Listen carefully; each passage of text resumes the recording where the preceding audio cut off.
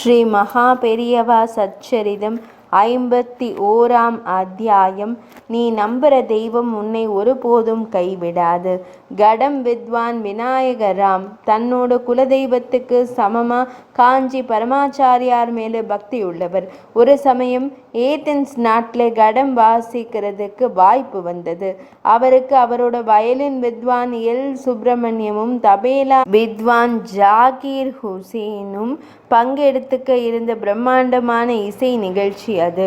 நிகழ்ச்சிக்கு 2 நாள் முன்னாலேயே ஏதென்ஸுக்கு விநாயகரா வந்துடுறதுன்னும் மற்றவா 2 பேரும் லண்டனில் ஒரு கச்சேரியை முடிச்சிட்டு அங்கேருந்து ஏதென்ஸுக்கு வர்றதாகவும் ஏற்பாடு செஞ்சிருந்தா.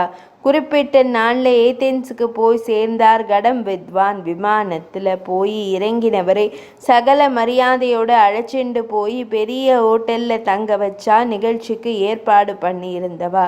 நாளை மறுநாள் தான் கச்சேரி.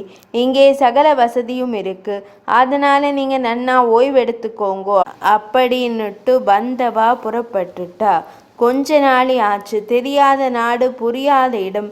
சும்மா உட்கார்ந்திருக்கிற கொஞ்ச நாளி கடம் வாசிச்சுட்டு இருந்தா சொந்த ஊரில் இருக்கிறாப்புல மனசுக்கு இதமாக இருக்கும்னு நினச்சிண்டு கடம் இருந்த பெட்டியை திறந்தார் வித்வான். அடுத்த கணம் அவருக்கு கண் இருட்டித்து.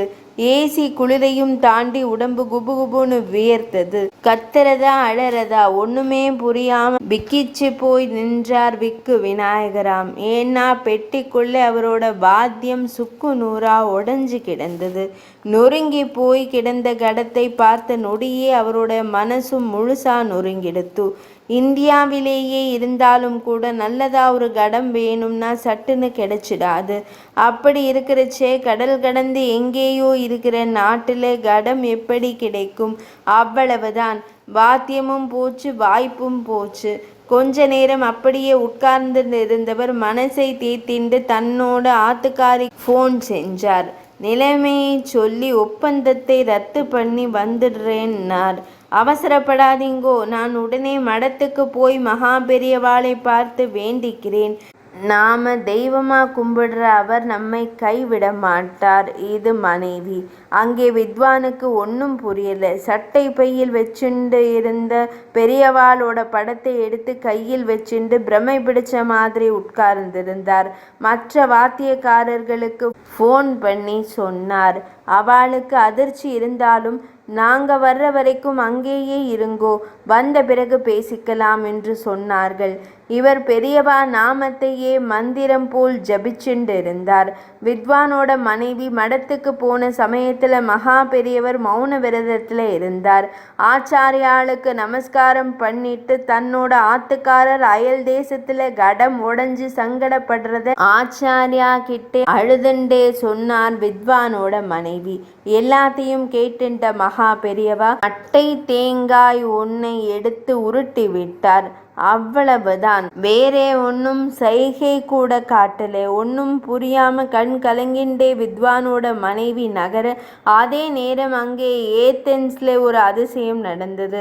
ஏதென்ஸ் வந்த வயலின் வித்வானும் தபேலா வித்வானும் ஒரு கடத்தை எடுத்துட்டு வந்து வித்வான் விநாயகராம் முன்னால வச்சா.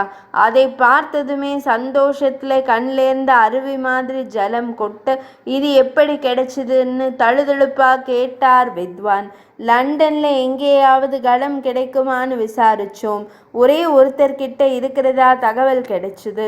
அவரை தேடி போய் கேட்டோம்.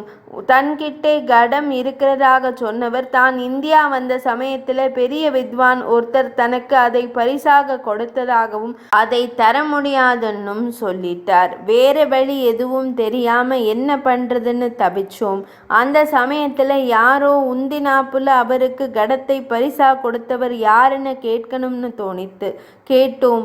தி கிரேட் கடம் பிளேயர் விக்கு விநாயகராம் அப்படின்னார். எங்களுக்கு ஆச்சரியம் தாங்கலை. நீங்க தான் கடம் உடைஞ்சு போய் சங்கடத்துல இருக்கேன்னு அவர்கிட்ட சொன்னோம். கடத்தை சந்தோஷமா கொடுத்துட்டார். கடத்தை வாங்கி கண்ணுல ஒத்திண்டார். வித்வான் அதுக்குள்ளே ஏதோ காகிதம் மடிச்சு வச்சிருக்க அதை எடுத்து பிரிச்சு படிச்சார். அதுக்குள்ளே நீ நம்புற தெய்வம் உன்னை ஒருபோதும் கைவிடாது அப்படின்னு இங்கிலீஷ்ல எழுதி இருந்தது. தன்னோட ஆத்துக்காரிக்கு ஃபோன் பண்ணினப்போ அவ சொன்ன அதே வார்த்தைகள். நான் எப்போவோ யாருக்கோ கொடுத்த கடம் இப்போ தன்னோட சங்கடத்தை போக்க தனக்கே திரும்ப கிடைச்சிருக்கு. எல்லாம் மகா பெரியவா அனுகிரகம். புரிஞ்சின்ற கடம் வித்வான் இருந்த இடத்திலேயே பரமாச்சாரியாலை நினைச்சிண்டு சாஷ்டாங்கமா நமஸ்காரம் செய்தார். 51ஆம் அத்தியாயம் நிறைவடைந்தது.